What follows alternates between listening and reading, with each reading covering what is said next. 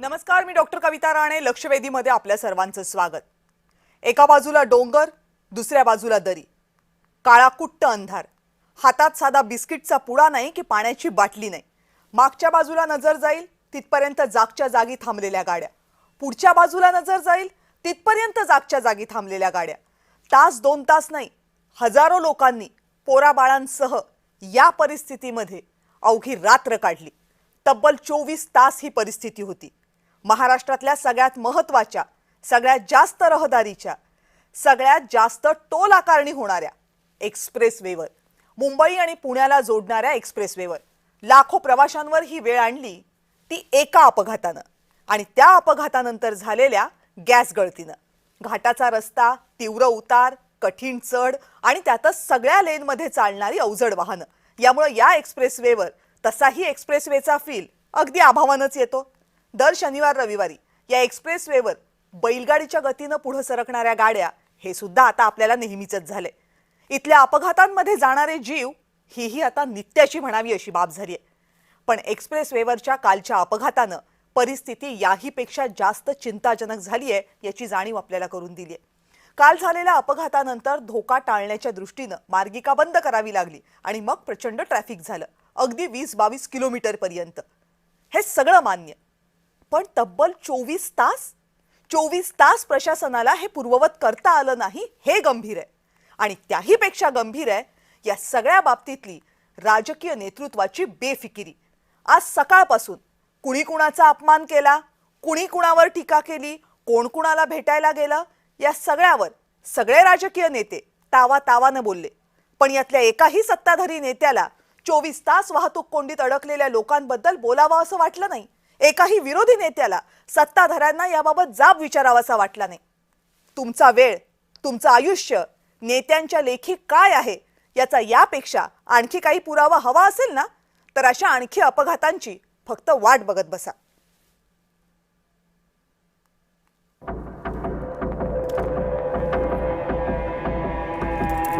मुंबई आणि पुणे या दोन मोठ्या शहरांना जोडणाऱ्या एक्सप्रेसवेवर 24 तासांपेक्षा जास्त वेळ वाहतूक कोंडी झाली. हजारो प्रवासी आणि ट्रक चालकांचे अतोनात हाल झाले. लोणावळा घाटातील आडोशी बोगद्याच्या प्रवेशाबाहेर प्रोपिलिन गॅस नेणारा टँकर मंगळवारी संध्याकाळी 5च्या सुमाराला उलटला. यामुळे खबरदारी म्हणून मुंबईकडे जाणारी मार्गिका बंद करण्यात आली. खरं तर यानंतर जिल्हा आणि पोलीस प्रशासनानं वेगवान पावलं उचलणं अपेक्षित होतं, पण तसं झालं नाही. अपघात झाला, संपूर्ण मार्गिका बंद झाली, पण मुंबईकडे जाणाऱ्या वाहनांना एक्सप्रेसवेवर येण्यापासून कुणी रोखलं नाही. त्रास म्हणजे आम्हाला जावं लागतं शोधायला, कुठं पाणी हे ते काय आमच्या हालतच आहे. आता माहिती होतं तर त्याचा आधी निरोप द्यावा डेपोला की बाबा तिथं पुढे असं झालंय की मग आपली तिथूनच गाडी तुम्ही सोडू नका, पॅसेंजरचा हाल करू नका, हे कळलं पाहिजे ना. तुम्हाला सगळी माहिती असते बाबा कुठं काय झालंय कुठं नाही, ते कळलं पाहिजे. मग हे डेपोतल्या गाड्या सुटल्या नसत्या, मध्येच अडकून बसले ना. ते उद्या पेपर आहेत, उद्यापासून ओरल्स आहेत, मी म्हणून आज निघाले होते पण इथेच अडकले. कधीपासून काय कधी सुटणार काय असं कोणी सांगितलं नाही, काहीच सांगितलं नाही. पुण्याहून मुंबईकडे निघाल्यावर पहिल्यांदा तळेगाव टोल नाका लागतो. काल रात्रभर इथं कोणतीही उद्घोषणा करण्यात येत नव्हती आणि जेव्हा प्रशासनानं हे सगळं करायला सुरुवात केली तोपर्यंत हजारो वाहनं वाहतूक कोंडीमध्ये अडकली होती. अपघात स्थळापासून 20 ते 22 किलोमीटर पर्यंत वाहनांच्या रांगा लागल्या होत्या. हजारो प्रवाशांना रात्र एक्सप्रेसवेवरच काढावी लागली. न खाण्यापिण्याची सोय, न शौचालयाची सोय. कित्येक लोकांची मुंबईतली कामं हुकली. अनेकांचे नियोजित विमान प्रवास चुकले. हजारो व्यापारी आणि वाहतूकदारांचं प्रचंड नुकसान झालं. कोट्यवधी रुपयांचं इंधन वाया गेलं आणि गाडीतलं इंधन संपण्याची भीती असल्यामुळं वाहन चालकांचे प्राण कंठाशी आले. पण आपल्या यंत्रणा बहुधा या सगळ्याचा विचारच करत नाहीत. एक्सप्रेसवे बांधून दिलाय, तो वापरताना तुम्हीच तुमची काळजी घ्या, टोल तेवढा आम्हाला द्या, अशीच जणू काही प्रशासनाची भूमिका आहे. आणि म्हणूनच इतकी अभूतपूर्व वाहतूक कोंडी झाल्यावर सुद्धा काही बदलेल, सुधारणा होतील याची सुतराम शक्यता नाहीये. कारण जोपर्यंत आपल्याकडे प्रशासकीय आणि पोलीस अधिकाऱ्यांना जाब विचारला जाणार नाही तोपर्यंत हे आणि असंच होत राहणार. ब्युरो रिपोर्ट, जय महाराष्ट्र. सगळ्या संदर्भात बोलण्यासाठी आता माझ्यासोबत आहेत भाजपचे प्रवक्ते संदीप खर्डेकर. संदीपजी नमस्कार. नमस्कार. शिवसेनेचे नेते वसंत मोरे आपल्यासोबत आहेत, शिवसेना उद्धव बाळासाहेब ठाकरे गटाचे. वसंत सर नमस्कार. नमस्कार. नमस्कार. आणि निवृत्त परिवहन अधिकारी संजय ससाणे आपल्यासोबत आहेत. संजयजी नमस्कार.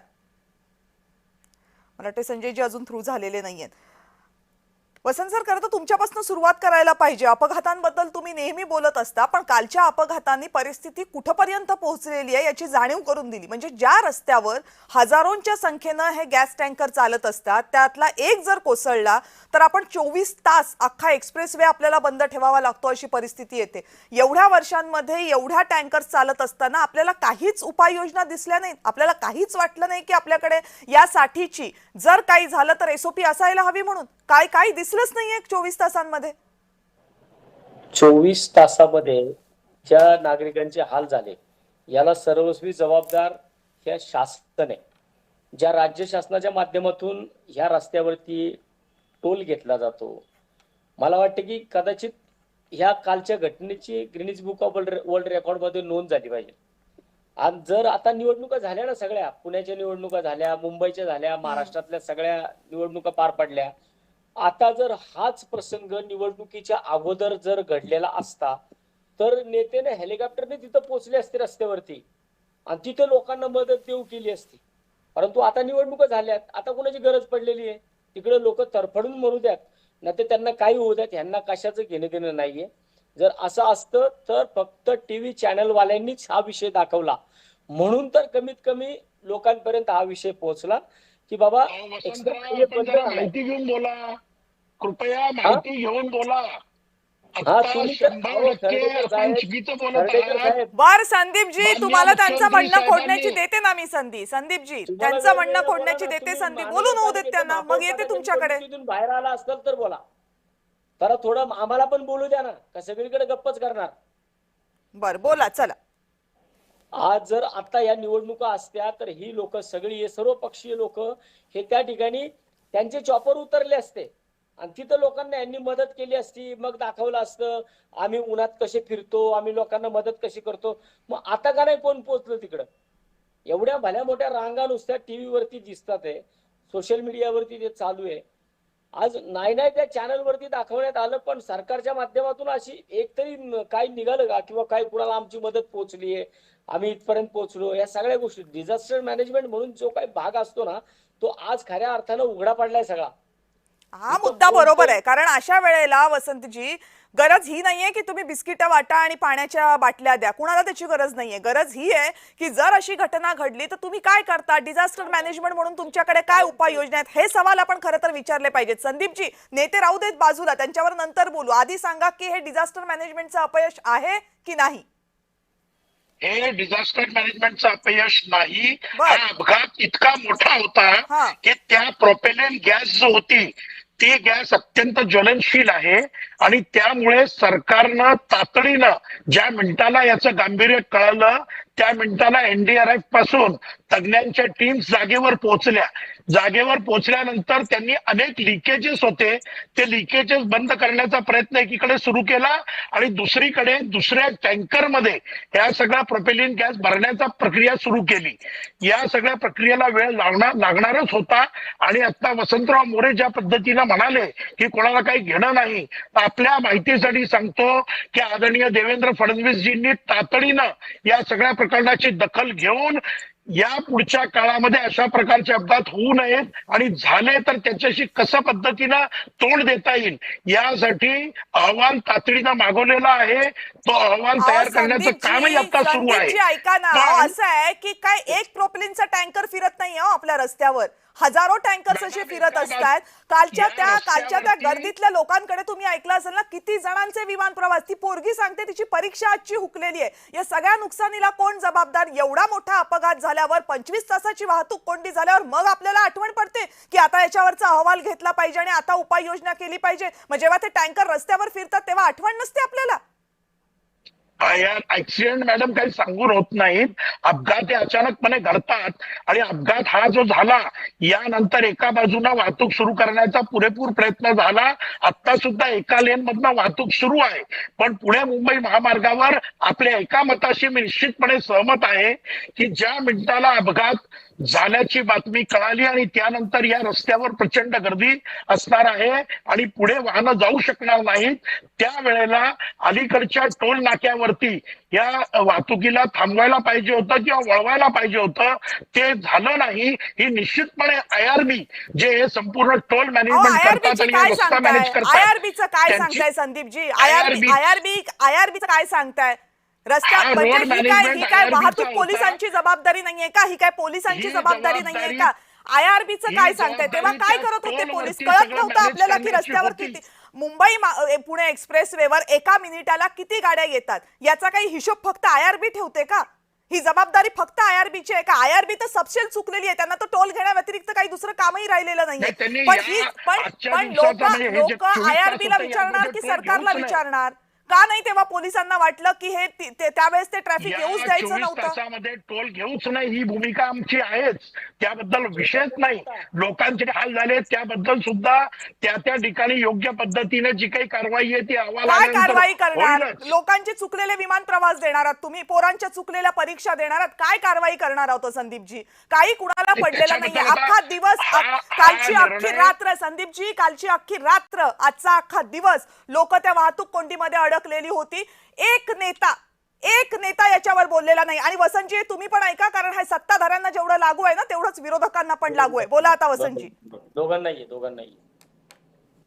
दोघांना पण आहे. दोघांनाही लागू आहे. कोणाला नाही? तुम्हाला सगळ्यांना फक्त राजकीय कुरघोड्या करण्याचे बाईट्स द्यायचे असतात. पण कुणालाही बोलावंसं वाटलं नाही की आज लोक एवढ्या वेळामध्ये अडकलेली आहेत, त्यांचे प्रचंड हाल झालेत, नुकसान झाले. कुणाला वाटलं नाही याच्याबद्दल बोलणं? कविताजी आपण ऐका, या वेळेला असं झालं नाही. हे लवकर सुटेल कोंडी असाच सगळ्यांचा समज होता. पण त्याची सातत्यानं माहिती घेतली जात संदीपजी, होती. आता मी तुमचं वाक्य पकडते. स्वतः डिझास्टर मॅनेजमेंटचे आमचे गिरीश महाजन साहेब, संदीपजी गिरीश तुमचं महाजन वाक्य साहेब पकडते. माहिती घेत ऐका होते. संदीपजी ऐका, जर तुम्ही म्हणता की असा समज होता तर याचा अर्थ हे यंत्रणांचं फेल्युअर आहे. याचा अर्थ हे डिझास्टर मॅनेजमेंटचं फेल्युअर आहे की त्यांना कळलं नाही की हे संकट किती मोठं आहे आणि त्याला किती वेळ आहे. आणि दुसरी गोष्ट, प्रोपिलिन गॅसची गळती ही काही जगभरात झालेली पहिली गळती नाहीये. प्रोपिलिन गॅसची गळती झाल्यानंतर काय करायचं याच्या स्टँडर्ड ऑपरेटिंग प्रोसिजर्स आहेत. दुर्दैवानं त्या प्रोसिजर्स करायला आपल्याकडे यंत्रणा नव्हती, हे मान्य करावे लागेल. ओके, ठीक आहे, येते आता तुमच्याकडे. संजय ससाणे निवृत्त परिवहन अधिकारी आपल्या बरोबर थ्रू झालेले आहेत. संजयजी नमस्कार. संजयजी माझा आवाज पोहोचतोय आपल्यापर्यंत? तुम्ही म्यूट केलेला आहे, तुमचा माईक म्यूट केलेला आहे, तो जरा ऑन करा प्लीज. अनम्यूट करा.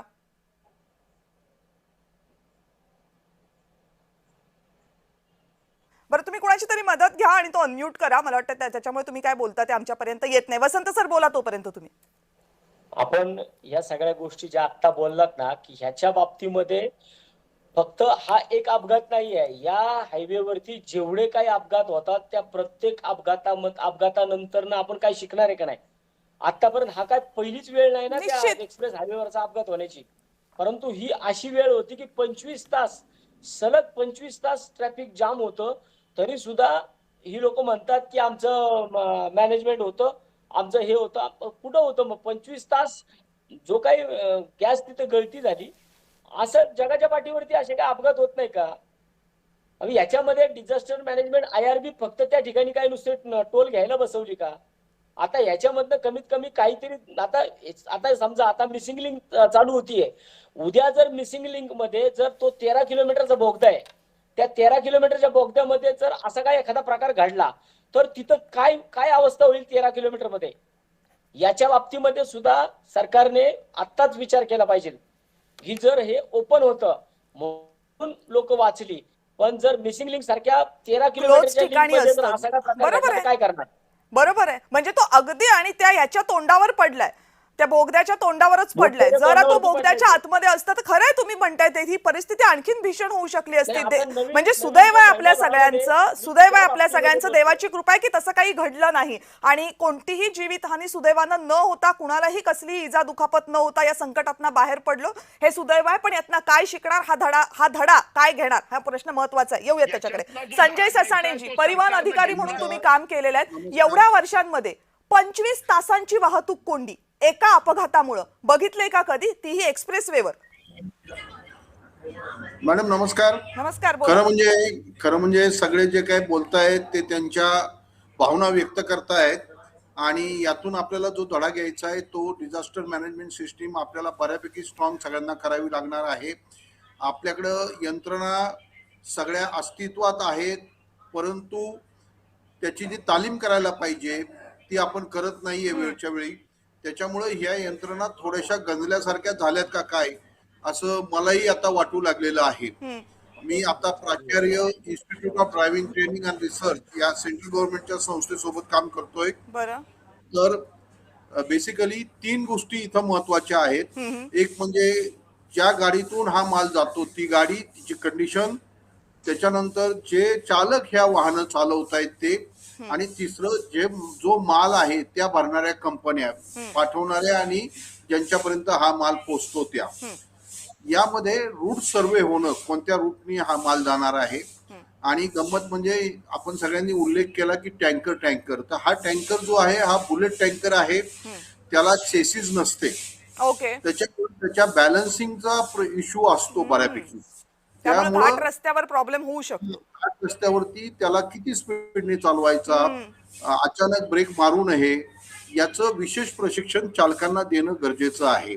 आणि आजची जर परिस्थिती आपण विचारात घेतली तर ज्या पद्धतीने आपण चालकांशी वागतो किंवा त्यांना जे पेमेंट मिळतात त्या हिशोबात स्किल्ड आणि अनुभवी शिकलेली माणसं या क्षेत्रामध्ये यायला उत्सुक नाहीयेत. त्याचप्रमाणे नाही, पण ते बरोबर आहे सर, ते बरोबर आहे तुमचं. सामाजिक विषय म्हणून याच्याकडे बघितलं पाहिजे. पण आजचा विषय सगळ्यात महत्वाचा आहे तो डिझास्टर मॅनेजमेंटचा. आता दुर्दैवानं सगळ्या काळजी घेऊनही जर अपघात झालाच तर पुढे काय, हा सवाल आहे ना. काही एसओपी नाही आहेत का? म्हणजे प्रोपिलिन गॅस सारखी गळती झाली तर काय एसओपी आहेत आपल्या? प्रिपरेशन ही सगळ्यात महत्वाची गोष्ट आहे अशा प्रकारचे अपघात घडू नये यासाठी. आणि आज सुद्धा मी या रोडवरनं आज प्रवास केलेला आहे. केमिकलचे बरेचसे टँकर अगदी एका पाठोपाठ एक सोडलेले दिसून येत आहेत, चाललेले किंवा थांबलेले. तर यांच्यामध्ये किती अंतर असावं? कंपन्यांमधनं बाहेर पडताना सुद्धा त्यांची माळ लागल्यासारख्या त्या सोडू नयेत. विशेष करून आता पेट्रोलियमच्या कंपन्या आहेत, तर ह्या सुद्धा एसओपी आपल्याला आता पुन्हा एकदा ठरवणं. बरोबर आहे. फक्त माझा तुम्हाला स्पेसिफिक खूप प्रश्न आहे की प्रोपिलिन गॅसची जर गळती होत असेल किंवा तत्सम ज्वलनशील गॅसची, दुसऱ्या कुठल्याही, प्रोपिलिन काय एकटाच ज्वलनशील गॅस नाहीये, अशा कुठल्याही गॅसची गळती होत असेल, महामार्गावरती गळती झाली, काय स्टँडर्ड ऑपरेटिंग प्रोसिजर्स आहेत? खरं म्हणजे नायसर ग्लोब नावाची एक संस्था ह्या सगळ्या कंपनीच्या वतीनं काम करत आहे, ज्याच्यामध्ये त्यांचे एक्सपर्ट स्थानिक मॅनेजमेंट बरोबर येऊन त्यांनी रिस्पॉन्स यंत्रणा त्वरित कार्यरत करणं अपेक्षित आहे. आणि यासाठी गुजरात गव्हर्नमेंटनी, गुजरात डिझास्टर मॅनेजमेंट टीमनी त्यांच्याबरोबर करार केलेला आहे. अशा प्रकारचा करार महाराष्ट्रात केल्याचं माझ्या तरी अद्याप माहितीत नाहीये. खरं म्हणजे पब्लिक प्रायव्हेट पार्टनरशिप आपण सगळीकडे म्हणतो, मग या क्षेत्रामध्ये का करू नये, जेणेकरून आपल्याकडे हा जो बाजूचाच परिसर आहे तळोजा टीटीटी, हा केमिकल एक्सपोर्ट झोन आहे, रिलायन्स सारख्या कंपन्या बाजूला आहेत.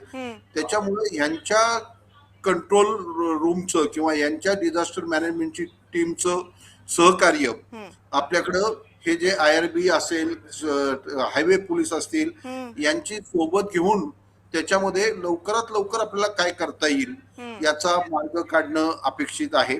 आणि हे हजार्डस केमिकल असल्यामुळं फार काळजीपूर्वक हाताळावं लागतं. आणि थँक्स टू द गॉड याच्यामध्ये आपल्याला फायर नाहीये. हो, आपण फक्त देवाचेच आभार मानू शकतो, कारण बाकी तर काय आपल्याला इथं आभार मानायला जागाच नाहीये. फक्त देवाचेच आभार आहेत की याच्यातनं आम्ही वाचलोय. संदीप खर्डेकरजी, फक्त देवाचे आभार मानावे लागतील, नाहीतर बाकी जर यंत्रणांच्या हिशोबावर ठेवलं तर लोकांना पळता तिथून पळायला पण जागा नाहीये. अशा अवस्थेमध्ये तिथे अपघात झाला होता. मागे नाही जाता येणार, पुढे नाही जाता येणार अशा अवस्थेमध्ये. या संपूर्ण परिस्थितीवर गिरीश महाजन साहेब लक्ष ठेवून होते बर. आणि देवेंद्रजींनी स्वतः आजच संध्याकाळी हा संपूर्ण अहवाल मागवला आहे. या पुढच्या काळामध्ये अशा प्रकारचे अपघात झाले, जसं मिसिंग लिंकचा आपण उल्लेख केला आहे, त्यावेळेला काय करता येईल याबाबतची सगळी योजना आखणी आता केली जात आहे. त्यामुळे आपण आता या पुढच्या काळाच्या बद्दल बोलूया. संदीप आता खर्डेकरजी, जे होऊन एक गेलं मिनिट, आहे, संदीप खर्डेकरजी, जेव्हा आपण शासनाला प्रश्न विचारतो ना त्यावेळेस हे नाही आपण अपेक्षित धरू शकत की अपघात होणारच नाही. आपण हे धरून चालूयात की सगळ्या प्रोसिजर्स फॉलो केल्या होत्या तरी अपघात होऊ शकतात, कारण तो अपघात आहे, तो काय सांगून होत नसतो, तो कधी होऊ शकतो. झाला प्रश्न हा आहे की शासन अपघात झाल्यानंतर काय करतं, का लोकांचे हाल झाले याचा विचार कोणी करणार आहे की नाही. म्हणजे साधी गोष्ट आहे की जर आपल्याला कळलंय की पुढे वाहनांच्या 3-4 किलोमीटर पर्यंत रांगा लागलेल्या आहेत, तेव्हाच आपल्याला तिथे येणारी वाहतूक अडवायला हवी होती, आपल्या यंत्रणा कार्यरत व्हायला हव्या होत्या. 22 किलोमीटरच्या रांगा लागेपर्यंत आपली यंत्रणा झोपून कशी राहू शकते.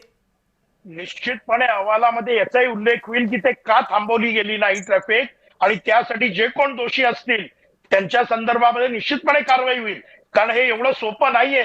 25 तास नागरिक अशा पद्धतीनं अडकून पडणं हे कोणालाही भूषणावं नाही. आणि त्या लोकांना झालेल्या त्रासाशी किंवा त्या मंडळींना, लहान मुलांना, ज्येष्ठ नागरिकांना, कोणाला जेवण मिळालं, कोणाला पाणी मिळालं नाही, या सगळ्याची जबाबदारी ज्या व्यक्तीनं त्या ठिकाणी निर्णय घेतला आणि टोलच्या अलीकडे वाहनं न थांबवता किंवा त्यांना डायव्हर्ट न करता रोडवर सोडणं, त्यांना घ्यावी लागेल.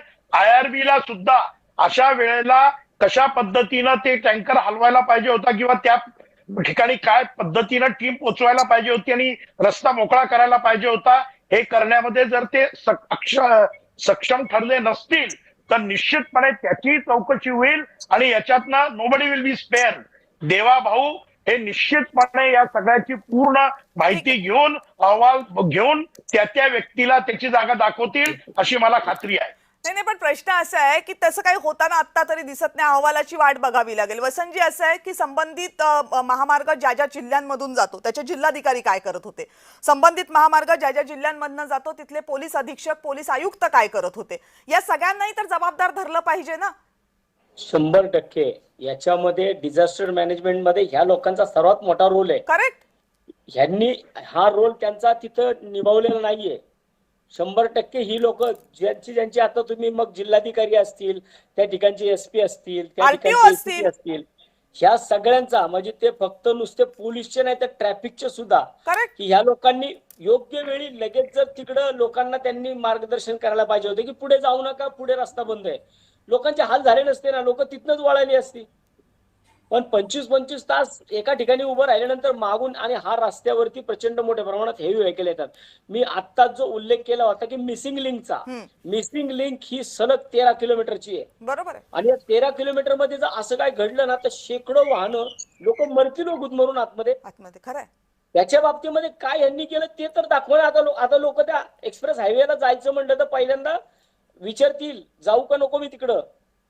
नाही त्याला, आणि मुळात असं आहे की त्याला आता एक्सप्रेस वे म्हणायचं का. शनिवार रविवारी तिथे काय गतीनं गाड्या चालतात, त्याला काय एक्सप्रेस वे म्हणायचं. टोल घेताना तुम्ही दाम दुप्पट टोल घेता आणि त्या एक्सप्रेस वेवर एवढी गर्दी असते. ती गर्दी होते तेव्हा त्या घाटामध्ये कुठलेही अधिकारी, म्हणजे आपल्याकडे वाहतूक प्रशासन ही व्यवस्था त्या एक्सप्रेस वेवर कुठे दिसतच नाही, नावालाही दिसत नाहीत. ऍक्सिडेंट झाला आणि एखादा झोन असेल की जिथे मोबाईलचं नेटवर्क मिळत नाही तर लोकांना मदत मिळणार नाही अशी परिस्थिती असलेले, याला आपण एक्सप्रेस वे म्हणायचं का.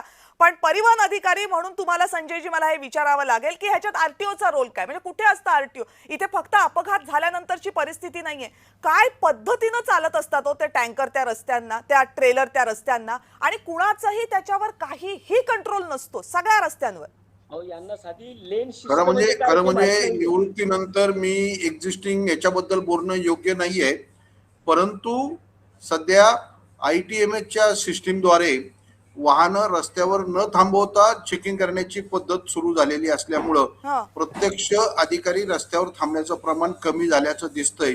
ही बाब सत्य आहे. यामध्ये मी पुन्हा एकदा आपल्याला नियोजनाकडे नेऊ इच्छितो की आजूबाजूची जी गावं आहेत, खेडी आहेत, त्यांच्या लोकांना आपल्याला ज्याप्रमाणे केमिकल डिझास्टर कंपनीमध्ये होतं त्यासाठी होऊ शकतं, त्यासाठी आपण मार्ग म्युच्युअल एड ग्रुप फॉर्म करतो. त्या प्रकारचे ग्रुप आपल्याला इथल्या स्थानिक ग्रामपंचायती, रस्त्याच्या कडेचे जे काही प्रायमरी हेल्थ सेंटर असतील आणि ज्या रिस्पॉन्ड करणारी यंत्रणा असतील यांचं प्रशिक्षण करणं, त्यांच्याकरता लागणारी सुविधा देणं, याकडे आपल्याला तातडीनं लक्ष देणं यापुढे गरजेचं आहे.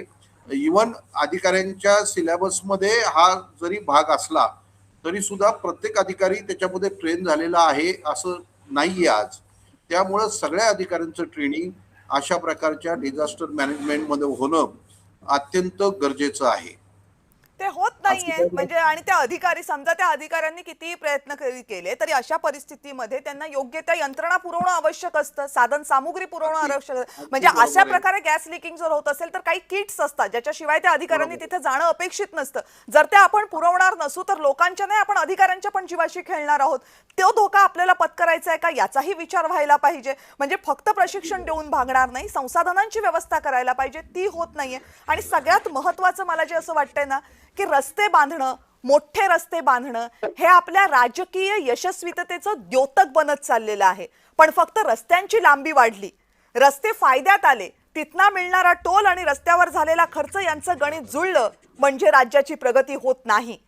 जेव्हा हे रस्ते लोकांना वेगवान प्रवासासोबत सुरक्षित प्रवासाची खात्री देतात ना, तेव्हा त्या राज्याची प्रगती होते. दुर्दैवानं काल जो अपघात घडला त्या अपघातामध्ये जे जे काही झालं ते पाहिल्यानंतर आपण वेगवान प्रवासाच्या मागे धावतोय, पण सुरक्षित प्रवासाची काळजी घेतोय का हा सवाल आहे.